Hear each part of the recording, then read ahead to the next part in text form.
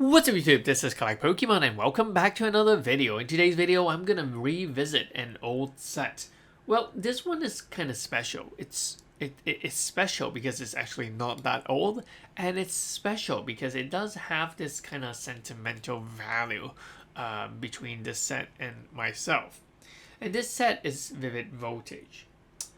So yeah, if you guys like these kind of video, hit the like button, the subscribe button, and I think today's revisit video will be a little different because I'm gonna compare some prices, and I really want to know your thoughts as to do you really think that this set is it's fair for this set to be worth what it is today? Because I can tell you this set is one of the worst performing set in terms of investment from the Sword and Shield era. And to be very honest, it might just be my personal bias, or it just be because of my sentimental value to the set. It really shouldn't be. But I'm going to show you guys some comparison, and let me know in the comment section what you guys think. So Vivid Voltage was released on November 13th, 2020, and it contains a total of 203 cards. It is the last set in the Sword and Shield era that does not feature alternative artwork. Okay, it is the last set that does not feature alternative artwork. Starting from Battle Style, we do see more alternative artwork take over. Yeah, and the rest is history. But this set is very unique because it actually featured Pikachu.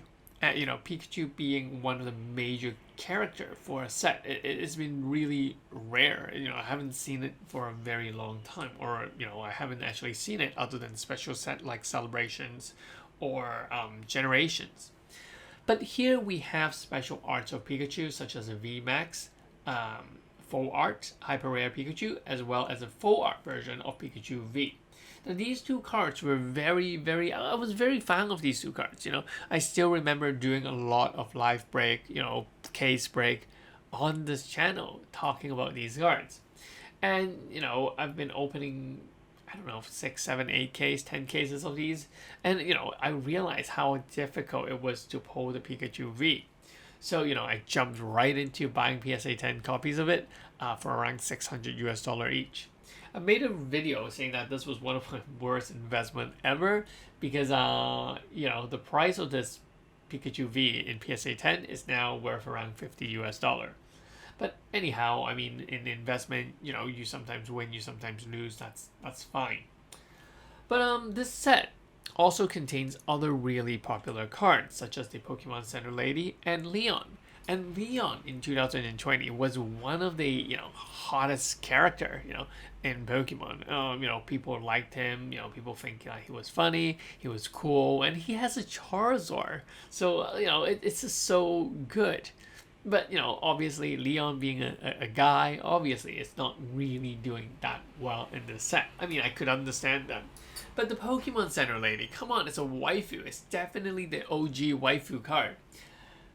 Even with that, still, this set is still really in despair. And the thing about this set, it was the first set that actually introduced the Amazing Rare. I mean, Amazing Rare, was only introduced in 2 sets, which is this set and Shining Fates. But, they were a very cool card. There were really good concepts where they use legendary Pokemon and put like a little twist to create these amazing rare cards. You can see I picked out 2, which is Jirachi and the Rayquaza. And this set actually has it all. It has all the other popular Pokemon. That is usually really good indication of a good set. We have the Charizard, we have the Lugia, we have the Snorlax. They are common or rare cards or uncommon cards, but they're still really good. We also have Eevee, as well as certain evolutions such as the Jolteon, Faireon, and Vaporeon. So, this set kind of has it all. And I think that, the popularity really showed in 2020. And, this set was flying off the shelf. And then it was not until a later reprint which totally crashed this set. And I mean, before we talk about the price, I want you guys to look at the pop report. The pop report shows that there's 100,000 copies of PSA 10. This includes all languages and all cards, but still 100,000 is a pretty big number. We also see that from TCG Player, I've pointed out the top 5 price cards in the set, which is the Pikachu Hyper Rare VMAX, the Pokemon Center Lady, the Pikachu V Full Art, and Nessa Full Art, as well as her Hyper Rare version. These numbers doesn't seem like wow, compared to Umbreon or something like that. But then, they're actually not bad numbers. And I'm going to compare it to another set later on in the video. So it's for you guys to decide. Do you think it's because of the pop report that makes this set so sad right now? Or do you think it's just the value of the cards inside that makes it so sad? Or is there other reasons? So let's go into the price. The current sealed booster box is selling for around $86, $91, and $83 in auctions. People just don't want to bid on these boxes. They just don't want these boxes. I mean, $86, that is pretty much distribution price. 83, it might be slightly below certain distribution price. So, people are just like, take this off me. And, if you deduct the PayPal, the eBay fees, people are selling this box at a loss. And it's to a point where no one is picking these up. When people were saying how crap Battle Style was or something like that, Battle Style is still doing better than the set at this point. It's crazy. And if you look at the graded cards, you can take a look. The Pikachu V, PSA 10, $50. Yeah, I bought it at $600. Yeah. The Pikachu V Max Hyper Rare, $228. People were buying this at $300, $400, $600 US. I think it went up to as much as $1,000 US for this card. Correct me if I'm wrong. I think of these numbers from years ago. I haven't checked those out, but yeah. What about our popular Amazing Rare? They're selling for $10. It costs more to grade the card than what the card is being sold. Or Celebi, $18 for PSA 10. So it's pretty crazy. It's pretty crazy. I still remember this whole set. I was selling it for like $500-$600, and people were buying it, when it was initially released. So, yeah. And here's the part where I think it's quite unfair, in my opinion. If you look at Darkness Ablaze, we understand that, Darkness Ablaze is a set before Vivid Voltage. And, the most expensive card in Darkness Ablaze is $25 US, which is the Charizard VMAX, in comparison to the Pikachu VMAX Hyper Rare, which is $100. This is a quarter of the value. And, yes, you could say that, hey, there's only, 56,000 graded and it's not 100,000. Okay, I'll give you that one. But look at the value of the top 5 cards.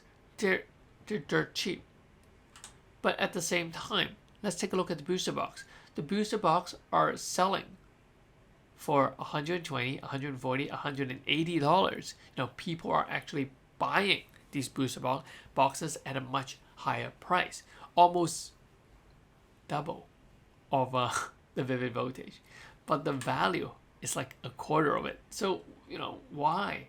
And even if you look at the Pikachu VMAX, you can say, oh, is it because the chase card is harder to grade? Well, no. Well, let's take a look. The chase card here is the VMAX Charizard, which at PSA 10 is selling for like $50, $60, or $80. How is that even possible? The Pikachu VMAX Hyper Rare is selling for around $228 as a PSA 10.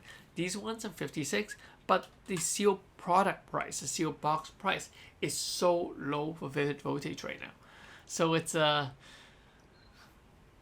don't understand. I actually don't understand why. I mean, it's either the Darkness Ablaze booster boxes are overrated, or the Vivid Voltage booster box are underrated. So I really don't know. So let me know in the comment section what you guys think.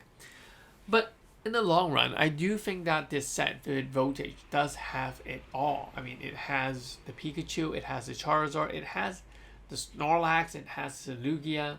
I just think that it is generally a very, very good set.